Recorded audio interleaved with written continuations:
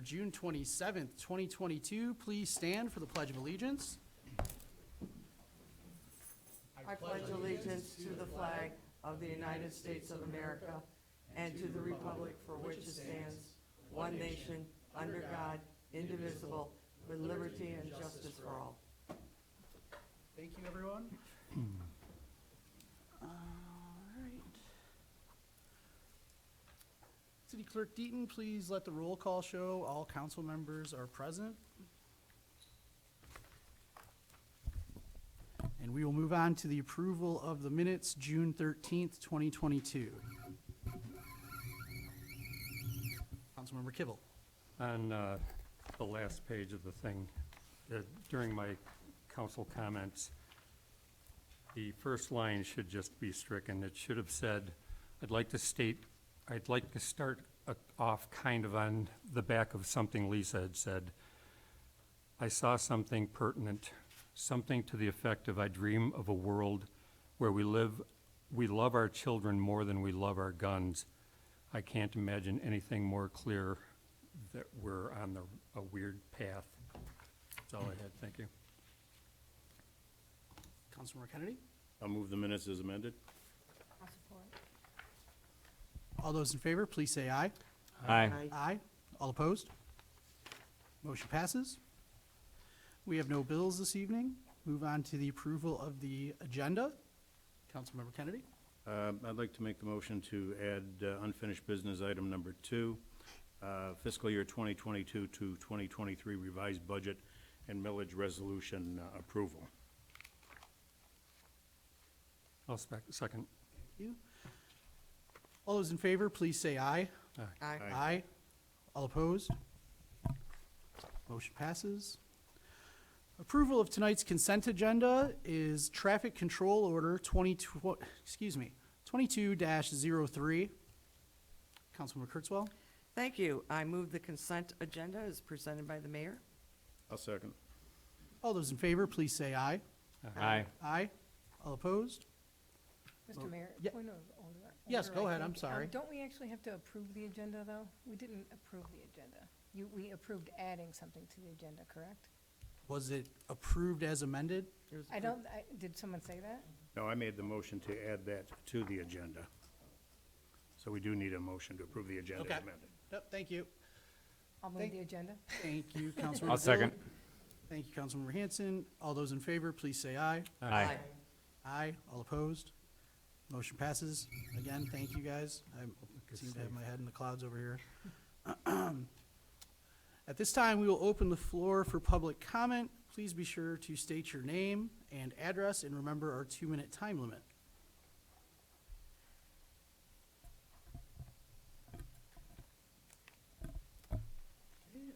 This time, we'll close the floor for public comment. We'll move on to discussion of downtown with our DDA Director, Nate Mack. All right. Good evening. Thank you, Mr. Mayor. Good evening, Council. The farmers market over the weekend was very successful. We had the first responders day there for the kids, and Diana reported back that it was a great event. And I wanted to be sure to thank police, fire, and the ambulances that were there at the market on Saturday. It was great, and yeah, very happy with how that turned out. Also last week we had the downtown business and property owner meeting that took place at Corner Social at 8:30.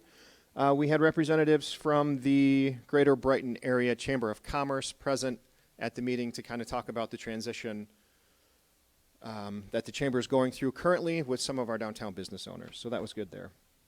Last week I submitted a $1,000 grant to Main Street, Oakland County, to hopefully help with a market analysis study that we'd like to get done for the downtown.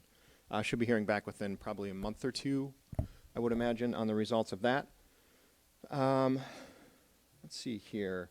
Also, I'm sure everyone has seen the Lion's Den bookstore is closing downtown. Been gathering information, square footage, SCV, that type of thing to put on the city website if and or when that property gets listed to go up for sale. With that, I'll take any questions if anybody has any. Councilmember Kurtzwell, go ahead. Thank you. I noticed the stop work order that was on the front door of Noble Appliance. What's going on there? That was for the doctor's side of the building. They were doing work on that side of the building, which I didn't have a permit for. Thank you. Councilmember Hanson. With the bookstore closing, I mean, now we've got another space on that side of the street that is going to potentially be empty. Is there any movement or any news from the movie theater? I have not heard anything from the theater. I've been asked quite a few times about that, and I don't have any update for you, unfortunately. I'll try and get some more information so I can report back, but I don't have anything right now. Figured I'd ask with another business on that side of the street Yeah. that's not going to be empty, so. Councilmember Kivel. I was just curious, you may not know, but is the bookstore property owned by the bookstore owners? Or is it part of that Masonite or Masonic building? No, it's the bookstore owners. It is, Yep. okay. All right, well, that's helpful. Anyone else have anything for Nate tonight? Councilmember Doug? I just wondered, you said that they didn't have a permit for the doctor's side. Are they in the process of getting that? Is it gonna happen? Yes, I believe so. Yeah. Okay, thank you. If no one else has anything for Nate, thanks Nate for the update. We'll move on to the fire chief report.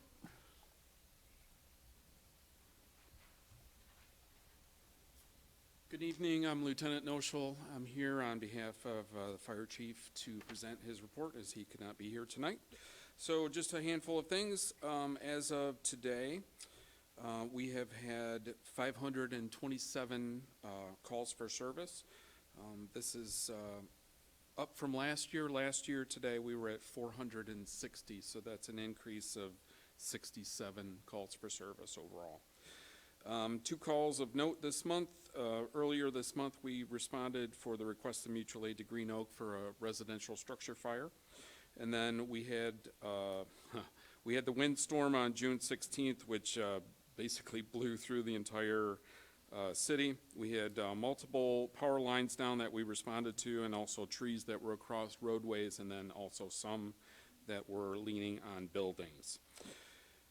Training this month, the last 2 weeks, we completed some hose management training for our staff, and then also for our engineers, we did some fire pump evolutions on our fire trucks to keep our skills up to date. We also are almost done with our annual hose testing. That's something that happens once a year. It's part of our NFPA compliance. We're going to be complete with that by the end of this month. So we want to thank all the staff members that have come out multiple days to do that. Since the last council meeting, Fire Inspector Moynihan, he has performed multiple plan reviews. Those continue to come in. He's conducted many field inspections and followed up on some citizen complaints. And then the big news for us would be July 1st, the fire department will begin staffing the station 24/7 with 1 firefighter always on duty there. So that is the end of the report for me. Thank you, Lieutenant. Does anyone have anything? Councilmember Kivel? When you guys attend an electrical line down, do you have hot sticks or do you We have do. some? We other- do. Okay. I didn't know if you had. They're on all our version. engines. Yeah, the staff is trained to use them. Good, thank you. Councilmember Kurtzwell? Thank you. I was just curious if you had a reason as to why there were the increase in calls. I know it's 60. We're kind of moving out of COVID. Sure. What exactly contributed, do you think? I think it's probably everything that we would all expect. I think it's the increased population. I think it's summertime, more people are home. Our city, it may not seem like it to you, but the population is growing. We're having more foot traffic, more vehicle traffic through the city. I think that attributes to the increase. So how does that contribute to a call, to a station call? Many cities have increases in populations. Well, that's true, but I would say more people in this city, the odds that something is going to happen, that they may have an accident of some sort or some sort of medical emergency, it goes up. So these are medical emergencies. How many of them are related to drug overdoses? I don't have that information. I couldn't say for sure. Thank you. I think those incidents, in general, they're not just medical emergencies. It's various types of calls for service across the board. So it's not just medical. Might be a car accident, might be a lockout, might be a welfare check, might be a lift assist, so, yeah. Well, what it does is it speaks very highly of your department in that there is this tremendous credibility that people have with respect to you providing assistance with that whole range that you're talking about. So, Thank you, we Thank- appreciate that. yeah, so thank you for everything you do. Anyone else have anything for Lieutenant tonight? Oh, thank you. Nope, that was, yep, you're good. Thank you for filling in. Move on to the police chief report with Chief Sovic. Thank you, Mr. Mayor, Council. Got a couple things for you tonight. We're finally getting a new administrative assistant position coming in with us July 11th. We kind of took her from Milford PD, so she comes with police experience, computer experience, a lot of certifications that we are looking for, so very happy to have her along. Brian said she'd be willing to come back on on a weekday, or actually a weekend, just to kind of show her around, find where all her files and where everything is located, just to kind of give her a little bit of orientation. So we're looking forward to having her July 11th, Lisa Werner. We did have a generator issue. Thank God we had the thing in there. Actually, last Friday, it was actually tested. It went off at 3:12 like it's supposed to. Then a little bit later on in the evening, we lost power and it did not come on. Apparently, there was some type of gas pressure regulator that we're trying to work through with Edison. So it was like a $672 adjustment that we had to make, so you'd think that it would just spit it on through, but unfortunately it didn't for whatever reason. So we're trying to work with SPS and consumers to get that squared away. So some of you may have noticed another handicap parking spot on Pontiac Trail. You know, with the farmers markets, you have, you know, 2 handicap spots in the north lot and 2 in the south lot. But when you have vendors, they're all covered over here, leaving 1 spot on Pontiac Trail. So we placed another parking spot on the west side of Pontiac Trail near the bakery. So because it gets pretty busy down there during the weekends, so we like to have a little more handicap parking, so we put the spot there. Yeah, we had the touch a truck at the library and at the farmers market, and one suggestion was to maybe move it where it's a little bit cooler in the year, because June, the officers had to sweat and stuff on it. It was just pretty heavy duty sweat, but good turnout despite the weather. It was very good turnout at both locations, so we're happy to participate. We had a meeting regarding the first responder monument and the Veterans Memorial Fund. Apparently, things have been going a little bit slower than anticipated. Our next step is we're looking for someone to come in and do an architectural, like a landscape and a design of the entire project. So things have been a little bit put on hold because of that. Gary Fagan kind of joined us, and he's going to contact someone who's going to look into that and provide that for us, because I understand one of the donors wants to see, the potential donors they want to see a little bit more of the plans of what we have coming. So we do have some things planned in July 1st, as far as putting the concrete slab down to work with the people that are fabricating it. So a lot of things going on, going a little bit slower. The tentative plan was to have something by September 11th this year. Not going to happen. Probably looking at more toward spring of next year, and to do a little bit more of fundraising. But other than that, that's all I have for you. Well, thank you for the update on that, and I'm sure it'll look great in time for next year's Memorial Day celebration then. Councilmember Dill, go ahead. I'm glad to hear about the handicap spot, because I actually was going to bring that up today, because I was walking across, I was getting ready to walk across the street at the farmer's market, and one of our seniors was very frustrated and upset trying to get across. So there's 2 issues with this. So I actually had to step out into traffic and stop traffic for her, and I know that we have budgeted for a light there, but if there's anything we can do better, because we have so many more people, I don't think she would have gotten across, and she said, I'll just walk all the way down to the other thing, and I was like, no, I'll get you across. So, I mean, I actually stepped out and stopped traffic so she could get across, and then when we got across and she was thanking me, she said, we really could use some more handicap spots down here as well. So I'm glad to hear that, and I really hope that we are gonna do something soon about getting a crosswalk there that will handle the amount of people that cross at that time. Yeah, one more thing I forgot to mention too is, like, we have these pedestrian signs that we placed at certain intersections.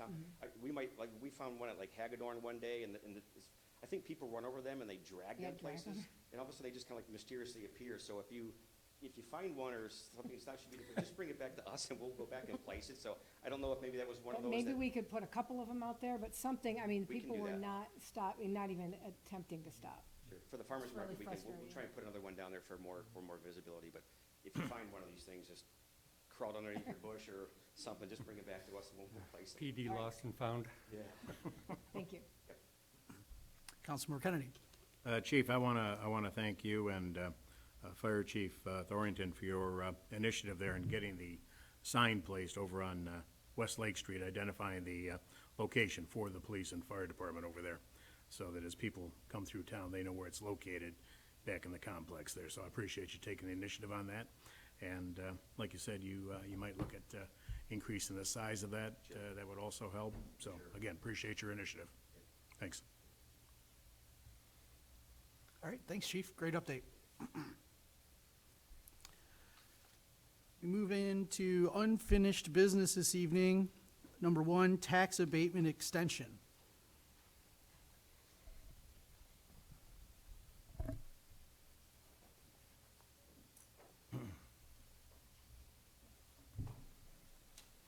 All right, good evening again. So this is regarding the project at 135 East Lake Street. Discussions have taken place with the owner of 135 East Lake Street regarding the progress of their project. Dan, I don't know what we'll call him, the lead on the project, I guess, the owner of the building, is here tonight, but they've requested an additional 3-month extension to the completion date for the building and investment. Simply because of, there's still delays due to COVID, and tradespeople are kind of hard to come by and hard to get on the schedule. And so Dan reached out and said that, he may need or he does need another extension because he's not going to be able to hit the June 30th date, which it is currently. So yeah, if there's any questions, he's just requesting an additional 3 months to September 30th of this year.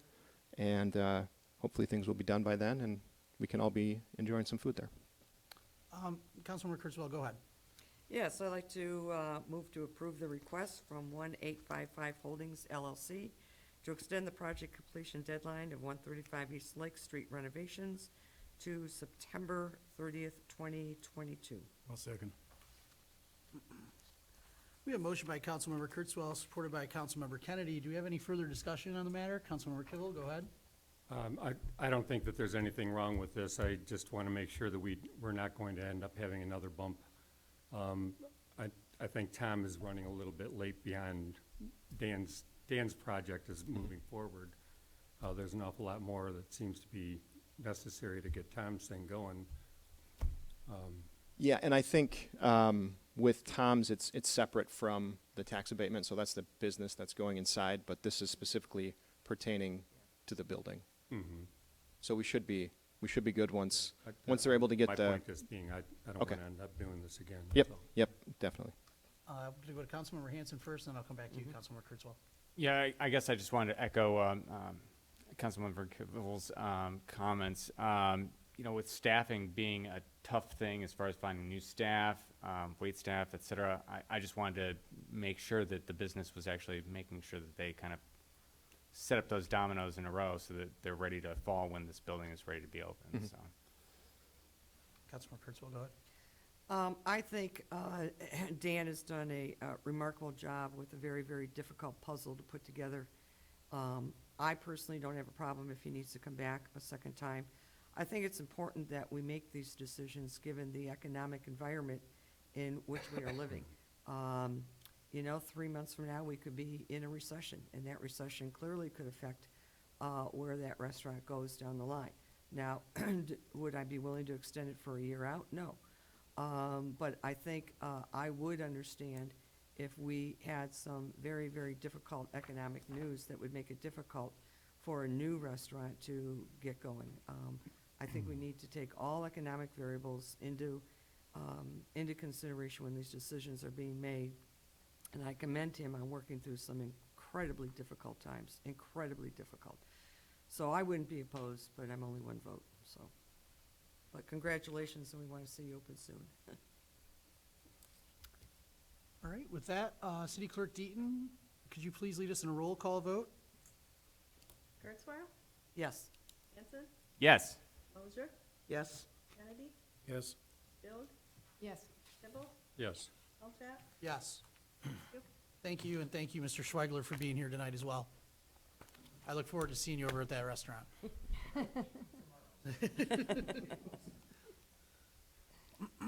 Okay. Unfinished business number 2 this evening. Fiscal year 2022-2023 revised budget and millage resolution approval. Thank you, Patricia, for being here. Thank you. Good evening, council.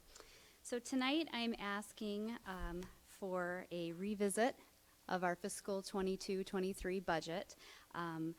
Oakland County detected a clerical error in the millage rate that was calculated on our 2022 Form L4029 tax rate request, which we submit to the county in pretty much May, June every year.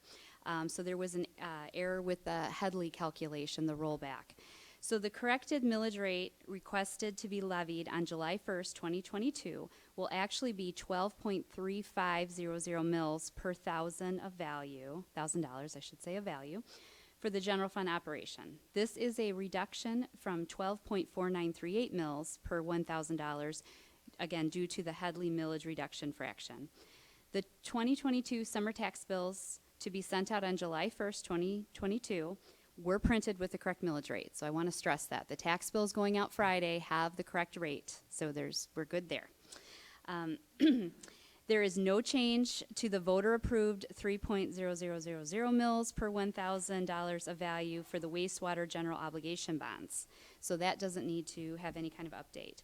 The revised fiscal year 2022-2023 millage rate resolution and budget resolution will need to be considered for approval, though, this evening. So I have given everyone a revised fiscal year 22-23 millage rate resolution, a revised annual budget resolution, and then the corresponding budget worksheets for the general fund and the DDA, which are the two funds that are affected by this calculation correction.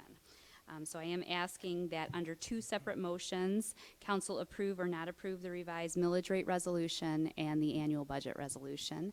And I can answer any questions anyone may have. Councilmember Kennedy, go ahead. I think it's pretty straightforward, Patricia, so I appreciate you doing the homework on it and bringing it to us.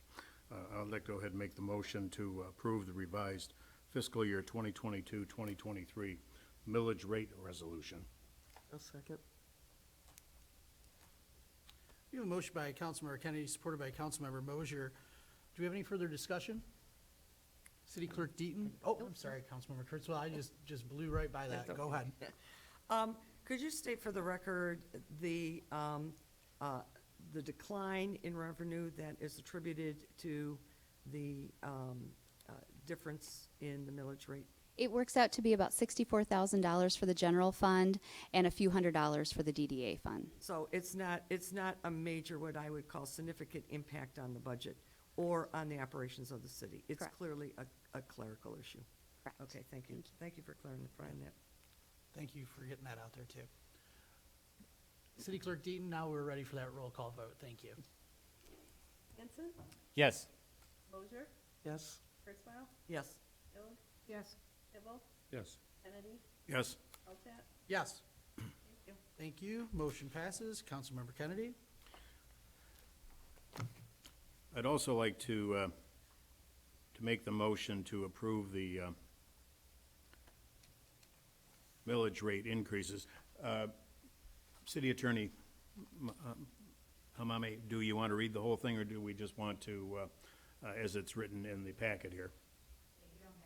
Okay, so I'll make the motion to approve the 2022-2023 proposed budget with the associated millage rates as contained in the packet. I'll second. We have a motion by Councilmember Kennedy, supported by Councilmember Hanson. Do we have any further discussion? City Clerk Deaton, could you please lead us in another roll call vote? Bill, Yes. Kibble, Yes. Moser, Yes? Hanson, Yes. Kurzweil, Yes. Kennedy, Yes. Alcott, Yes. thank you. Thank you. Motion passes.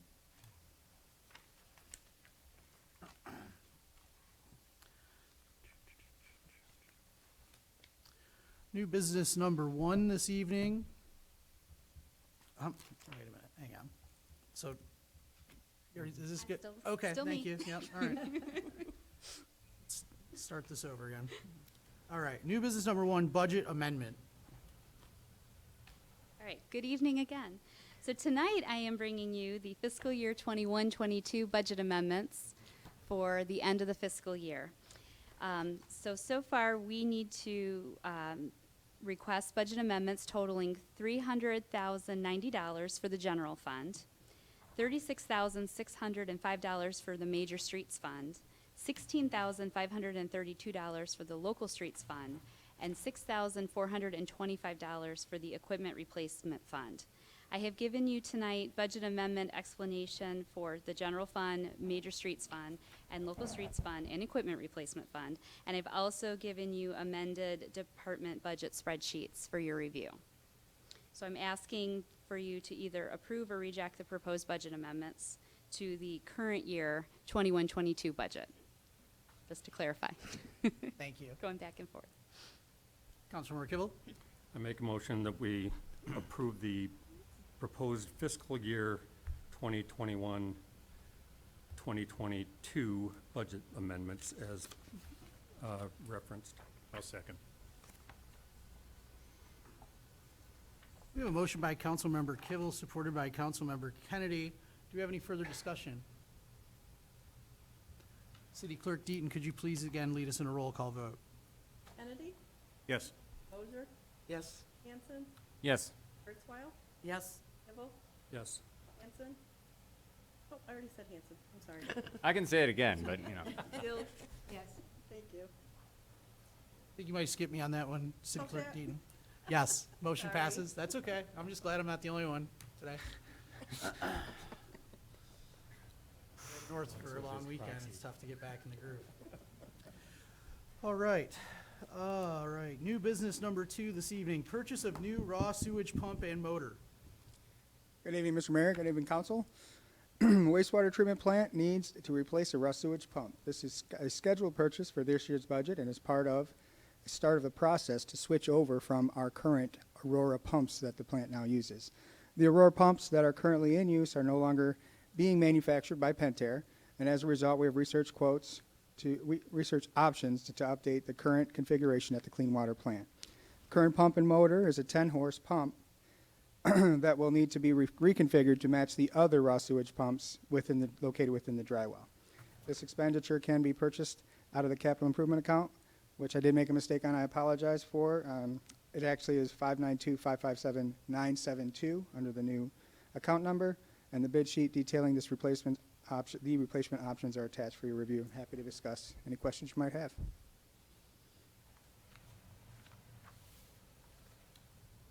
Councilmember Dill? I'll go ahead and make the motion to approve the purchase of a new raw sewage pump for the wastewater treatment plant of $32,721 under line item 592-557-972. I'll second. We have a motion by Councilmember Dilg, supported by Councilmember Kennedy. Any further discussion? Councilmember Kennedy, go ahead. Just, you want to share for the benefit of the council members, one of the advantages of this configuration as far as reduction in spare parts and the rest of that? Sure, happy to. The actual pump that we're going to go with here, we've toured several plants. Find that the Pentair pump actually manufactures another pump besides Aurora, which they're walking away from and no longer going to support. And the other pump that we want to go with is actually going to be the current configuration. The pump and the motor can be pulled separate from one another. Out of the lists and choices that we have to choose from, there's another configuration where the pump and motor are combined. So if the pump goes, you replace the motor. If the motor goes, replace the pump. We don't want to go that option. We want to go with what we have. And so that really only left us 2 on the table. And so we wanted to go with something that we know will eventually switch out all of our Aurora pumps. This will be the first one out of the line of 5 that we have available to us to say, yeah, this is going to be our new replacement pump for hopefully another 10 or 15, 20, 30 years into the future, and we'll have parts down the line for that. So that's why we're doing that. Great, thank you. Councilmember Kurzweil, go ahead. Where is this pump made? I'm not exactly sure where Pentair, I'm hoping they're US made, but I'm not positive. I don't want to say. Yeah, because supply issues are still creeping into the economy, and they're actually getting worse. So I'd hate to sit there and bank on everything to find out that these are made in China, and then 8 months from now, we're in a Still mess. waiting on it? Yeah. I don't think Yeah. that's going to happen with this one. Based on the recent tour we went to, which we went to a plant right up the road, and they have these pumps. Their availability was obviously a question for me. Wanted to make sure we can get one. So I don't think we're going to run into that problem. Okay, so you had the same concern I did? Yes, Yeah, absolutely. Okay, With not only this, with chemical, with everything. so. exactly. Okay, thank you. Councilmember Hanson, go ahead. You actually brought up something that I was thinking about earlier, and I'm glad you reminded me. You mentioned that we have numerous of these pumps. Do we have a timetable for the replacement of the other pumps, or? We do not currently have that timetable. We're going to be working with our engineers and the CIP moving forward in terms of the capital improvement plan. Kind of trying to do one thing at a time here, water side and then wastewater, but we do know we recently replaced one of the pumps. So recently, within the last, I say less than 2 years, we'll say. So we're going to work, and that was an Aurora, which at that time when we replaced it, Aurora didn't tell us, oh, by the way, we're not going to be in business in 10 months or a year or whatever the case might be. So Pentair still makes, it's sort of a difference between a Corvette and a Camaro, right? They still make this product, it's just a different name on the side. So they're going to support Aurora for another 7 to 10 years. They have to, they're contractually obligated. So we're not like not going to be able to get parts for the Aurora pumps, but down the road, I'm just seeing big picture.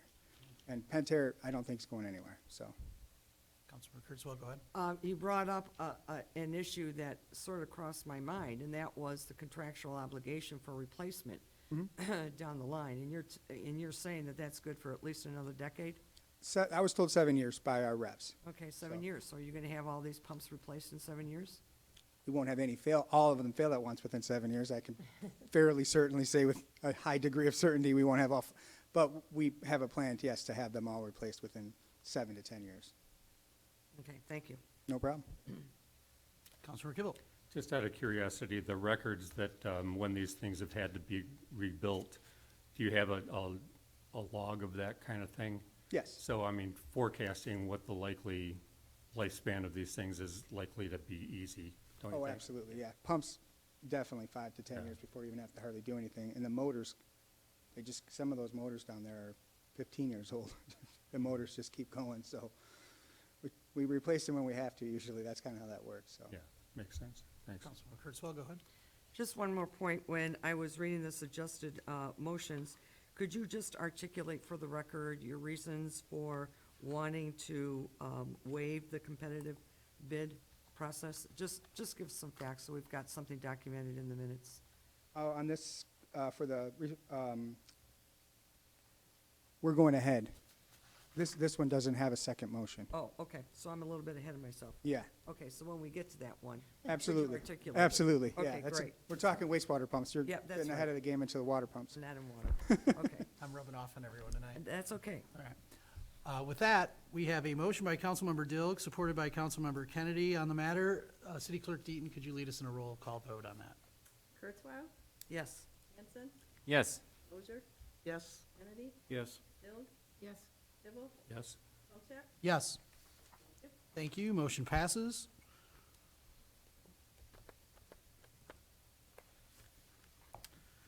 New business number 3 this evening, purchase of scheduled and budgeted pump maintenance for the water treatment plant.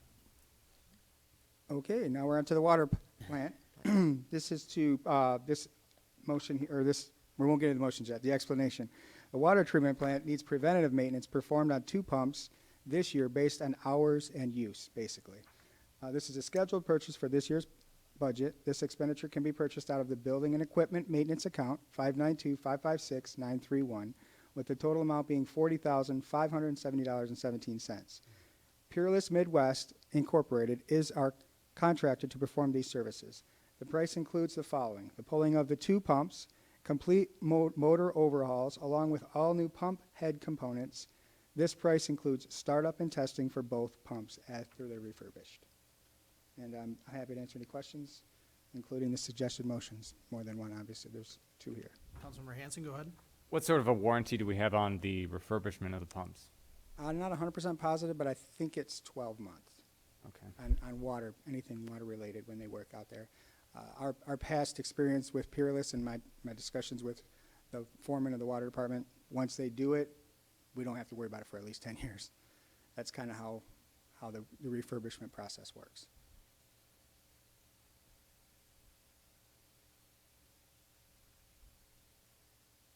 Councilmember Kurtzwell.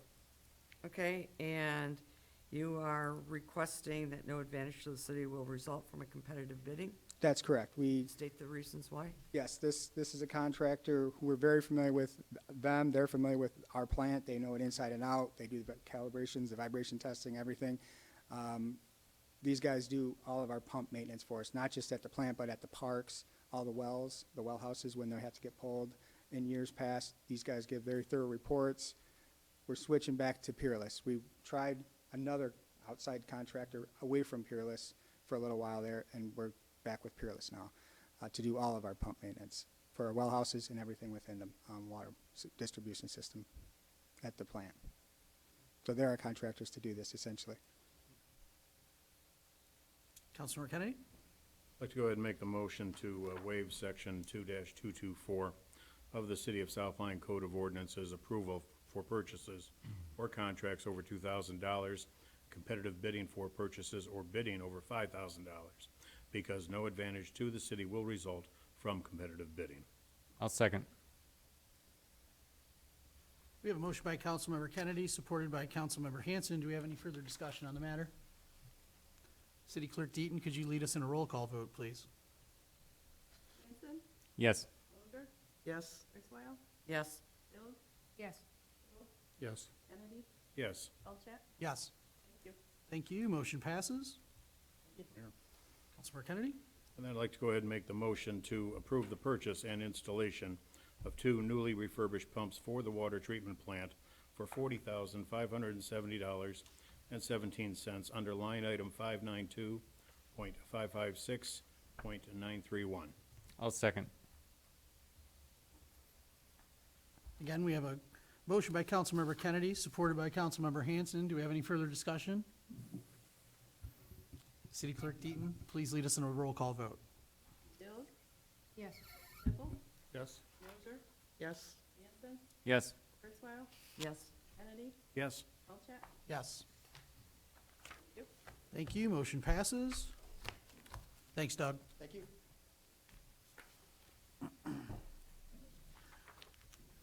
Move on to the budget this evening. Do we have anything else on the budget? Councilmember Dill? I have a question that I don't know if this is even the right place for, but I understood that there's a possibility, or it already happened, that they are not gonna use our police officer for an SRO.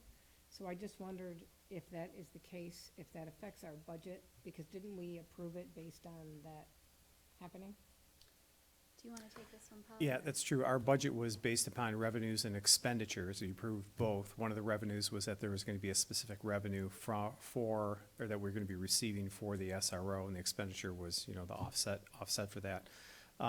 We've been told, that the schools were looking at Oakland County Sheriff's Department for providing that.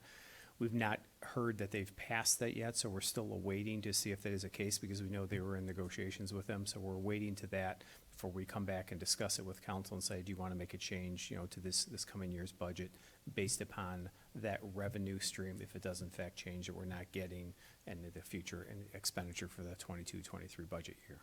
Okay, thank you. So in theory, we do another amendment. Thank you. Thank you. Good question, Councilmember Dill. Does anyone else have anything on the budget? So I guess building upon what Councilmember Dilg commented on, is there any negotiating as far as our initial ask for the SRO's costs? Or, would that be another amendment as far as movement if the cost were to increase or something of that nature? Or It potentially could be, because originally we presented numbers based upon discussions and based upon the SRO that was in the schools for this coming year. We applied that same rate for the rate moving forward for the 22-23 budget year. If anything was to change from that, because that's what we openly discussed during city council budget meetings, we would come back if they ask, or any sort of change higher or lower would come before you to make that decision.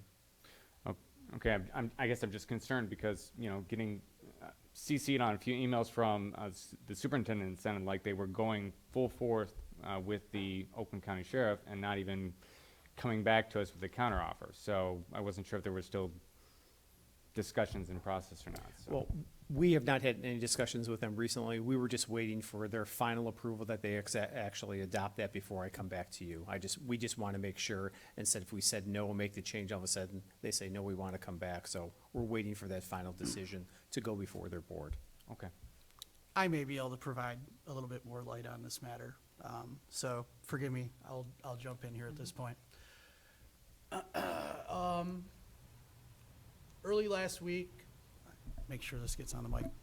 I started, and all of you probably started to receive emails from concerned residents and staff at the school district. I'll be the first to tell you, after the conversations that we had at this table,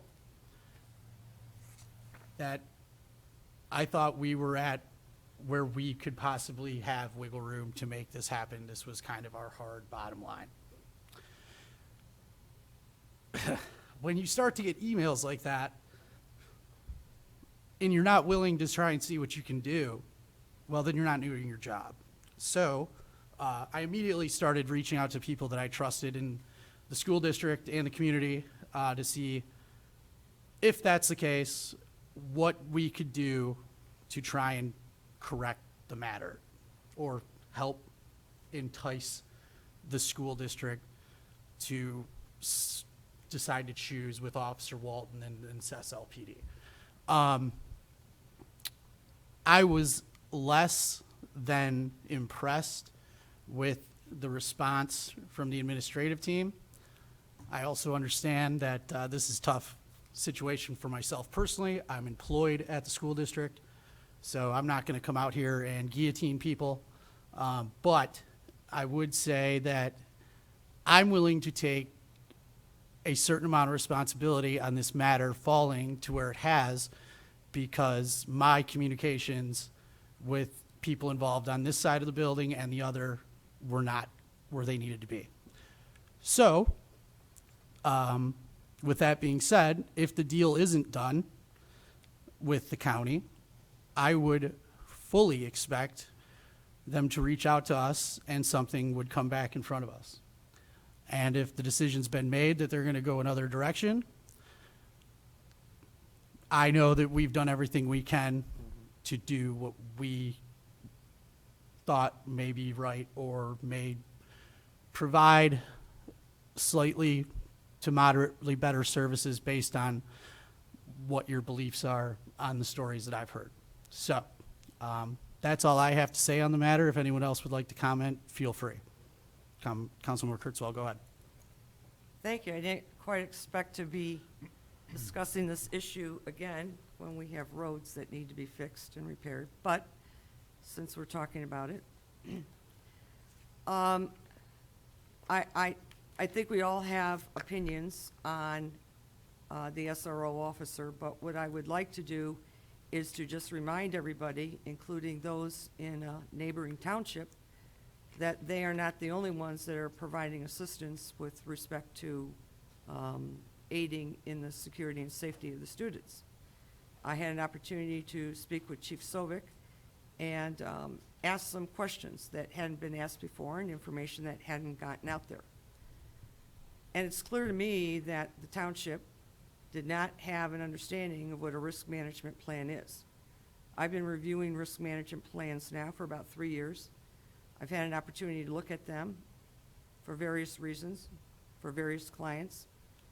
And one of the things that is missing from this discussion, including the discussion over at the school district, which they have failed to communicate to the community and to the parents, is that a risk management plan tells you all the risk on a continuum. So when you're talking about a school district, you have kids that are arriving in the morning, getting off a bus. That is an event of risk.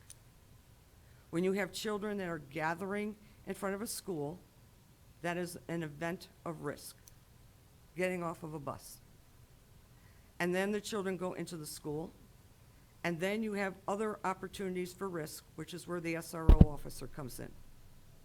And then the children leave the school for the day. They are departing and going home. That is another event of risk because children are being gathered in collective spaces. That's risk. When you look at a defined risk management plan, you define all the risk on the continuum. That includes children crossing a street, going to school, there is risk.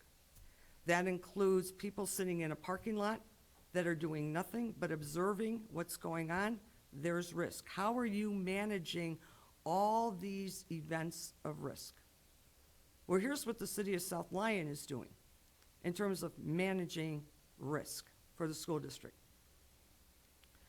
City of South Lyon has 2 officers, high pay, every day, go over to the schools, both at Bartlett and I believe Sayre. And those 2 officers watch those students get off of the bus. They monitor the parking lot. They also are watching and observing when the children are getting on the bus. So those events of risk that the city of South Lyon is paying an officer to do is coming out of our police budget. Now, the dollar amount of just wage time doesn't include benefits, it's roughly $18,000–$20,000. You include benefits on that, I think, Chris, we talked about a total of 300 hours were possibly spent, estimated, that our police officers are spending on the continuum early in the day and late in the day. We are paying for that. That's coming out of our budget. Roughly, you include benefits, you're probably approaching $25,000, $28,000 that we are spending. And then these officers, during the day, do one announced walkthrough through the building. So we're paid for that. We take those officers off the road, they go in those schools, and they do a walkthrough. We are paying for that. The school district, to my knowledge, has not acknowledged that these are events of risk that the city of South Lyon is paying for. That's because they don't understand a risk management plan, quite frankly. What Lyon Township is doing is they are intervening on the risk management plan at a continuum in the middle of the day. That's where Lyon Township has chosen to provide financial assistance in managing risk for the school at the SRO point. City of South Lyon is managing risk at the arrival, departure, one during the day. Then I find out that City of South Lyon is also paying close to $20,000 in crossing guards. That's risk management. That's coming out of the police budget. I didn't know that until about 2 weeks ago. So maybe we need to go to the school district and ask them to pay for that too. But we're not. So when you add that roughly 18, 20,000 to the close to 30,000 that we're paying 2 officers 5 days a week to manage departure, arrival, and walkthroughs, you're talking about close to $50,000 is already coming out of our budget. We're just on a different point on the risk management plan than where the school district wants us to be. So we need to decide, we're already spending money. So I just want to get that out there, that the school district has not given the city of South Lyon the credit that it deserves for already being part of the risk management plan, which clearly they're not aware of. I don't think they have thought like that. But we are addressing risk, and we are managing and assisting risk in the school district for the elementary schools because they're in our jurisdiction. So now what they want is an additional contribution on top of that. So that pushes us close to maybe $70,000. So that's what we need to look at the total risk management costs that we are providing to the school district. So that is why I have taken a position that we need to recover some costs here. I mean, that's been my position. It will continue to be my position. And I'm offended when Lyon Township says that they are thinking of the children, as if nobody else is. I'm gonna do something different than what Lyon Township did. I'm gonna thank everybody in the city of South Lyon, the taxpayers that have been funding this risk management level for those students over there. I have spoken to parents over the past month and a half. You know what is their most important thing right now on those elementary schools? It's having those police officers there at arrival and departure. You ask those parents, and they'll tell you, that makes them feel safe. That makes them feel safe. And I want to thank our taxpayers for going the extra mile and funding this risk management on that continuum. And I want to thank Salem Township, and I want to thank Green Oak. Lyon Township isn't the only person that's coming to the dinner table. You've got to understand what a risk management plan is and where your role is on that plan. So that's my discussion tonight. Councilmember Dill, I just want to make sure no one else had wanted to speak on this before I come back to you. Okay. Thank you. I have never agreed more with Councilmember Kurzweil. When we're talking about risk and what we're willing to pay for, we're looking at it playing out in front of us. All the questions that are happening, talking about what did Uvalde, am I saying it correctly? What's going on there? Who was in charge? What who was supposed to make the call? Who was supposed to do what? What was your plan? Did you plan for this risk? We don't want to be in that position, in my opinion. And I feel like it is short-sighted in what I have heard, that it's about a $15,000 difference, which really works out to about $375 a week, in the difference between getting a tenured South Lyon policeman into the schools here, as opposed to a deputy who may not have the kind of knowledge. And I just wouldn't want to be somebody who'd have to answer to parents and to teachers and to lawyers that I made a decision based on $375 a week. So that's all I have to say. Thank you. Thank you, Councilmember Dill. I'm going to go to Councilmember Kennedy, and then I'll come back to you. I think Mr. Kimball took. Just to add some facts and figures to it, the South Lyon Community Schools agreed to pay $115,000 to the Oakland County Sheriff for an SRO at South Lyon High School. We offered to put one officer at the two middle schools for $98,000. They also, the Oakland County Sheriff, if you read the contract that that was agreed to between Lyon Township and the South Lyon Community Schools, was to cover wages, fringe benefits, and other associated costs. And I'm willing to bet those other associated costs were the cost of their car, maintenance on that car, fuel for the car, and all the equipment that comes with that officer. Now, we've talked about this previously. We did not include that in our offer to the school system. We said $98,000. Yet if you go through the budget, it's real easy to come up with an approximate cost when you look at the line items that are in the budget for the police department and which line items pertain to an officer specifically, and then divide that by the 17 officers or 16 officers we have. You come up with that cost per officer. That in turn is about another $15,000 to $17,000 we have not charged and was not put into the bid that we gave to the South Lyon Community Schools. Again, that's a $15,000 to $17,000 cost that's being borne by the taxpayers in this city for the safety of the kids in the school, whether it's realized, recognized by the South Lyon Community Schools or not. That's all I have, Mr. Mayor. Councilmember Kimball, and then I'll come back to you, Councilmember Kurzweil. We have had that conversation about the drive-throughs in the morning and the afternoon for drop-off and pickup, and it all boils down, in my view, that the schools should be making us whole across the board. That's the only way that this is done in an equitable way across the whole breadth of the school district, is for them to be the ones that fund our doing this. And I've actually always thought that we should be giving them what the real number is, not trying to cut corners to be able to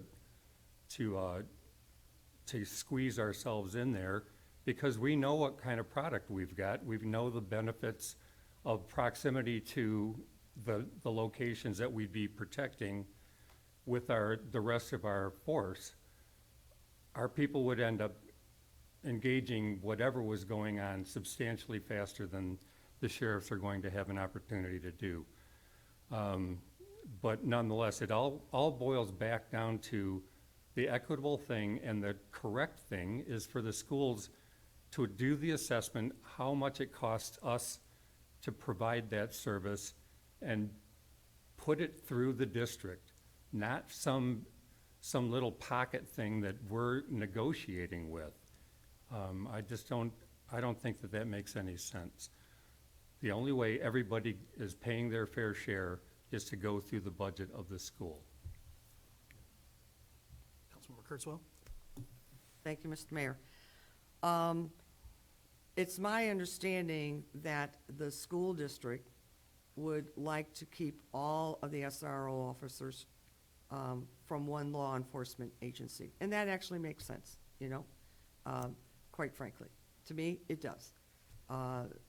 All three officers then would go to the same staff meeting, they get the same memo, they get the same training, et cetera, et cetera, et cetera. But I think we have to be careful about telling the school district how they are to decide this issue. You know, it's their risk management plan, whatever it is. They will decide, this is their decision, that they will make in terms of who they are going to put in their schools. My prediction, 5 years, 6 years from now, this is going to be a non-issue, because these individuals who are going to be working with school security are going to be employees of the school district. I think that's where this is going. And I think they're going to be union employees. I'm doing a ton of reading on this. Detroit has already moved to it. They have their own police force. That's it, those schools. They don't report to the Detroit Police Department. So I think that down the line, this discussion we're having, probably sooner rather than later, is going to be moot, because they're going to be school employees anyway, and we won't have to deal with the issue. That's where I think this is going. But anyway, I will again say, look at the continuum of risk.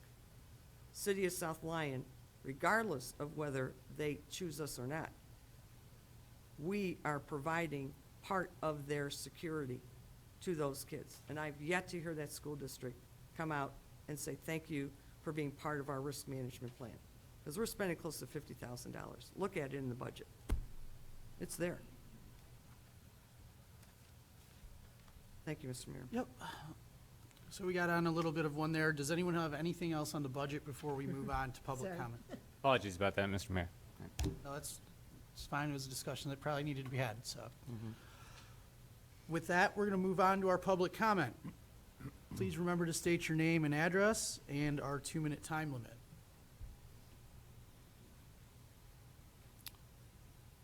Okay, we will close the floor for public comment. We'll move on to the manager's report with City Manager Zelnick. Thank you, Mr. Mayor. Upcoming meeting, we're going to be discussing the allowable uses for ARPA funds. In tonight's packet, I provided you some information from Patricia on some things related to those funds. We're waiting for additional information so you get an accurate depiction of how we can use those funds within the future. I advise everybody regarding Michigan Seamless Tube, drilling additional monitoring wells on the south side of their property along the trail. That work is still being conducted. They have several of the wells actually drilled. There are still pieces of equipment out there, and there is advance warning signs out there for the public to know and when they're actually going to be working. City Hall construction update. You can see we have a new roof in City Hall. They're going to be replacing additional pieces, including gutters and other fascia on the building, and that'll continue to take place throughout the summer. And then in the fall, you'll see the additional work in the parking lot as well as the windows. Tomorrow morning, City Hall staff will be conducting training. That'll be from approximately 8 a.m. until noon. We have it posted, so our offices will be closed within the morning because it'll be off-site training at a training facility here within the city. One good piece of news, I was happy to report that I was notified on Friday that we received the $200,000 grant from the Community Foundation through Ralph Wilson for the trails for that area north of, or right in the vicinity of 9 Mile. And the city has a $200,000 match, so that's almost $400,000 of work that will be performed. We're going to be looking at going out for bid on that soon. When we get the completed portion of the trail study that shows some of the amenities that are going to be installed and will also be included within that bid. We did have a sidewalk that was installed between connecting the Whipple Street parking lot and the school parking lot to the north. That work was done by the schools. And I had only received one notice on this, and that was approximately 6 months ago when we started to have discussions about that and whether we'd be interested in having something like that done. I was not informed when the work was going to be done or when it was bid out. I already had conversations with the schools on that in relationship to not being informed. The last item is that we're going to be scheduling the road improvement public informational meetings. The first meeting we're looking at having is Tuesday, July 12th. That would be from 4 to 7 p.m. And then the second meeting would be Saturday, July 23rd, and that would be from 11 a.m. until 2 p.m. And I'd be happy to answer any questions that anyone may have. Councilmember Dill? Just really quickly, where would those meetings be? They would be held here at City Hall. And great news about the trail. I got to cross that off, and I'm going to ask you about it. That's all, thanks. Councilmember Kurtzwell? Thank you, Mr. Mayor. I was a little bit interested in learning a little bit more about MST adding additional monitoring wells. What did they find that they felt they needed additional monitoring wells? I was not informed of that. That's just them working through Eagle in the state of Michigan regarding providing additional wells for monitoring. We had additional meetings, we had the meetings a year or two ago where we talked about monitoring that flow of the material that was underneath or in the vicinity of Michigan seamless tube. And so they needed to do additional wells, but we did not get that correspondence. We were just got to receive the correspondence that additional wells needed to be done. Is there any way you can find out? I mean, I'm a little bit curious because if some of that is beginning to move. If it is moving, the we plume is will be moving. informed of that. And I think this is to monitor that, so if, they can have additional checkpoints because there are wells there. I think those individuals at the state were very open to us and were definitely on our side to try to assist the residents and assist the community in ensuring that that plume was not moving at any great pace and ensuring that we were still going to be safe. Okay, thank you. Councilmember Hanson? I just had a question regarding, I'd actually emailed you a few days ago in regards to 10 Mile Road and North Mill Street. Some of my neighbors have actually asked me to bring this up, if there was anything that could be done.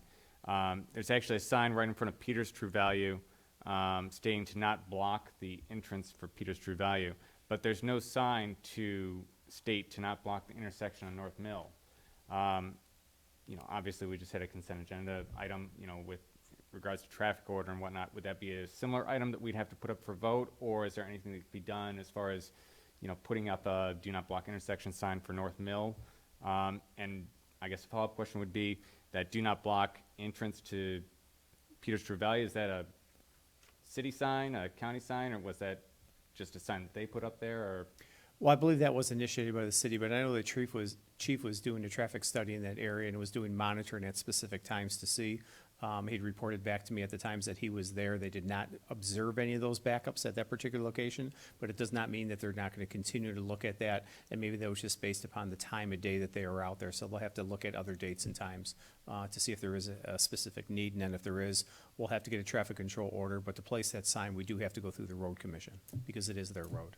Okay, I just figured that I'd ask because it's always around the peak hours, especially in the morning with school buses. It's even worse, but now at least in the morning it's kind of died back, but especially around between 5 and 6, when you've got a red light on 10 Mile, it backs up all the way through Mill, and if folks aren't being a little bit cognizant as far as allowing people to get into the North Mill subs and such, it gets a little dicey as far as trying to turn. Okay. So, thanks. Councilmember Kibble? You would think that that would be the kind of thing that just driving courtesy people would understand. You don't block the intersection, but unfortunately that falls through the cracks at times. Do you have any understanding from Edison when some of those poles are going to be replaced? I mean, they're littered all over the city, so it must be soon. I have not received any information. Okay. That doesn't mean DPW hasn't, or I can talk with Jeff about it, and see if he's heard anything yet. Okay, I was just kind of curious because they're everywhere, and a lot of it's kind of funny because you see them in big piles on easements, like on Second Street. You know, there must be 7 or 8 of them stacked on right in front of one house. Thinking that guy's probably thinking, I'm not mowing this summer anymore. So, all right, thank you. All right, that's it for the manager's report. Thank you, City Manager Zelnick. We'll move on to council comments this evening. We'll start with you, Councilmember Kibble, since I'm a habitual offender of skipping you. You made one goof.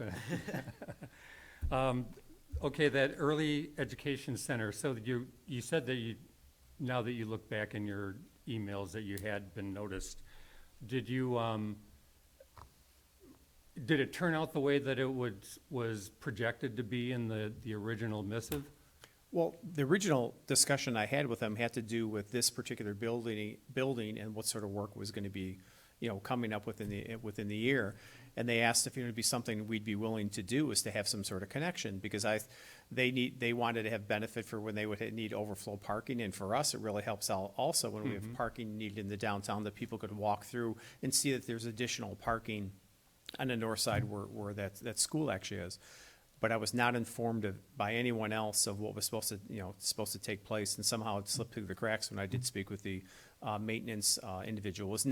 I was not given original design, but then the design was given to me after the event, and it seemed to work out fine. There's some minor things that still need to be done, including some of the fencing and things like that, and the parking spaces. And I had to check through DPW to ensure that the spaces and everything was adequately marked as well.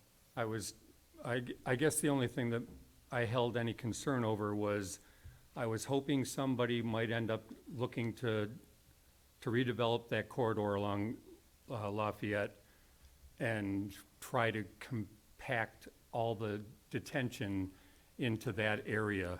So, because if you see where the overflow is on that now, it's feet higher than what the detention area is now. So it would end up having to be completely separate. And I had discussions with the school district regarding the area that's immediately to the east where that new sidewalk is and what the potential would be for future use. And they were open to potentially allowing something like that for drainage. It's really hard to design an existing detention or retention basin and redesign it when all the pipe is already laid for the existing storm sewer, and to have something go onto adjoining properties, and to cut underneath parking lots and changing levels of storm sewer within parking lots from impervious, to pervious to surfaces. But at least that particular area is probably about a third of the size of the existing detention basin that's currently there. That new area that's to the east of the parking lot, the existing detention is actually to the west of that sidewalk. Right. That's all I had. Thank you. Councilmember Mosier. Thank you. I had the opportunity to attend the Veterans Memorial and the First Responders Monument meeting. And I have to say that the group there are doing a really good job. They're coming up with other fundraising ideas. They've got the wristbands for sale now. You can get those at the farmer's market. They've got some good things in place. We just got to get the funding going. So again, thank you to everybody on that board and at that meeting, but especially to Dana and Craig Johnston. They did a great job with helping get the First Responders Day done at the farmer's market. And they set up, she went out and bought all the wristbands, and we helped her get some flyers printed and whatnot. But it's really a good thing, and we just now need to work on the funding and getting things in place for it. That's all I have. Thank you, Councilmember. Councilmember Kennedy. Thank you, Mr. Mayor. Again, I just want to congratulate the Salem South Lyon District Library for their Touch a Truck event that took place on Wednesday, June 22nd, as well as the DDA and their Farmers Market First Responder event on Saturday. As has been mentioned, both events were well attended, and the fire truck, police vehicle, and front-end loader always had lines of kids waiting to climb aboard, so good job. Also want to thank our South Lyon Fire Department, our South Lyon Police Department, and our DPW for providing the vehicles and their personnel for both of these events. The kids always enjoy it. It's just a great part of living in a small town. And one last thing is just a reminder, there is no concert in the park for this Friday, July 1st. Our next concert will be on Friday, July 8th, when we will be entertained by the group Nobody's Business. So we'll see you on that date at 7 p.m. That's all I have, Mr. Mayor. Thank you, Councilmember. Councilmember Kurtzwell. Thank you, Mr. Mayor. I would like to thank the sponsors of the Lake Street Cruisin' at this meeting. We have to definitely thank Lake Street Tavern, Performance Creative Solutions, Wixom Towing, and Advanced Capital Management. Thank you for investing in South Lyon, and I would ask everybody, please support these businesses when you can. Additionally, please support Operation Injured Soldiers. This is a huge event on July 9th over in Lyon Park. The event starts at 11 o'clock. It will include a motorcycle ride and a car show. And that is Operation Injured Soldiers, big event, July 9th. This is just a fabulous, fabulous event. Next and last, I would like to remind everybody that the Arts Commission is having what they're calling the Arts Commissioner Show, and that is coming up soon on July 9th. It's going to be out for 2 months. This is a very unique show because all the commissioners on the Art Commission will be having some of their work displayed in terms of what they do. So you get to see exactly the creative background of the individuals that sit on the Culture Arts Commission. This is also an open event, and I'm not going to let the cat out of the bag, but there is a surprise in the show. So I would encourage everybody to look at the show and pay particular attention to the artist. Particular attention to the artist, and see if you recognize this individual. Other than that, everybody stay safe and have a great 4th of July. Thank you, Councilmember. Councilmember Hanson. Wanted to wish everybody a happy 4th of July. This past week, we had the Touch the Truck event. It was a great event that we had, well over a couple hundred kids there, and numerous trucks and sponsors that really came out for the kids and gave them a great day to climb into those trucks and even honk the horns maybe a little bit too much, but hey, that's okay. So it was a great event. Hopefully we can see that again next year. Coming up here, actually, on July 9th, so I mentioned this because our next meeting isn't until the following Monday, but it's the South Lyon Pride event. That'll be happening at McCaddy Park, so from about 12 to 4 p.m. They're going to have a wide range of activities. It's actually sponsored by South Lyon Terminus Pizza, as well as several other businesses. Family-friendly event featuring entertainment, drag queen story time, face painting with face flare, art activities with traveling brushes, kids rainbow run sponsored by British Wind School, and some other amazing events that will actually showcase the pride that we are actually rounding up here for June Pride Month. So wanted to mention that. Hope to see you all there. Thank you. Thank you, Councilmember Hanson. Councilmember Dill. Thank you, Mr. Mayor. Councilmember Hanson took my entire speaking thing. No, I was kidding. I just wanted to mention, the Pride event too, that it is a family-friendly event. And unfortunately, Terminus Pizza has been harassed by some people for sponsoring the event. And I'm really hoping that that is a one-off incident and not indicative of how this will be received. I know that the organizers personally. I know they've spoken to the chief, and I know he said that, keep an eye on the event. But there's nothing to be angry about with this event. It's all going to be love and happy, and I hope that everybody who does not appreciate it can stay home or go to another event. I'm really hoping that it goes smoothly. So that's all I have to say. Thank you. Thank you, Councilmember Dill. First off, I forgot to mention this last meeting, and this is the first meeting we've really let it breathe and get the big cameras out, and we've got the new setup in here, and it's been a journey. And so I really wanted to thank the Cable Commission and all of them for helping us transition from the equipment that was set up in this building, and I'm sure it was fabulous in October of '98, right? Can you imagine? Powered. Man, it had to be just awesome. And so, it wasn't easy, for a while there.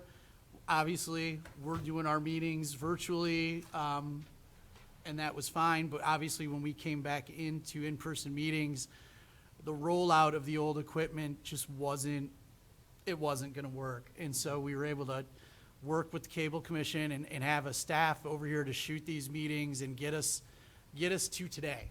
And so, thank you.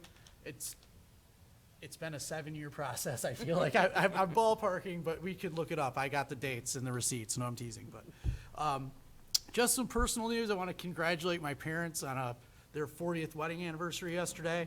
So that was a big deal. And I will not be present at the first meeting in July. I will not be here. So Council Member and Mayor Pro Tem Kennedy will be running the meeting in the first meeting of July. So just so everyone's aware of that. So with that, I'll look for a motion to adjourn this evening. Councilmember Kurtzwell. Move to adjourn. All in favor? Aye. Have a great night, all. Good Thank meeting. you.